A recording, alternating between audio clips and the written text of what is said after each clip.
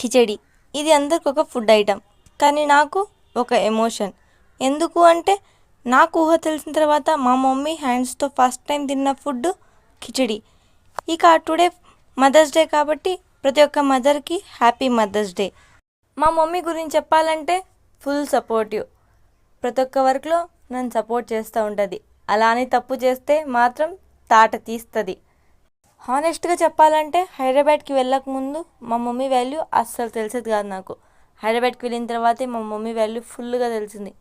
And ఒక చిన్న మాట, మన సొసైటీ గురించి అసలు పట్టించుకోకండి. మనం తిన్నా చూడలేరు, అలా అని తినకపోయినా చూడలేరు. మన పేరెంట్స్ మన గురించి ఏమనుకుంటున్నారో అదే ఇంపార్టెంట్. ఈ మాట ఎందుకన్నాను అంటే ఒక రీజన్ ఉంది. ఇక ఈ మాటలన్నీ పక్కన పెట్టి ప్రాసెస్ విషయానికి వస్తే oil, ghee, onions, ginger garlic paste, green chilli వేసుకొని టమోటాస్, హల్దీ, సాల్ట్, కొత్తిమీర, పుదీనా వేసుకొని 2 గ్లాసెస్ ఆఫ్ రైస్కి 3 గ్లాసెస్ ఆఫ్ వాటర్ వేసుకొని వాటర్ బాగా బాయిల్ అయ్యే టైంలో రైస్ వేసుకొని కాసేపు కలిపి లాస్ట్లో 5 మినిట్స్ దమ్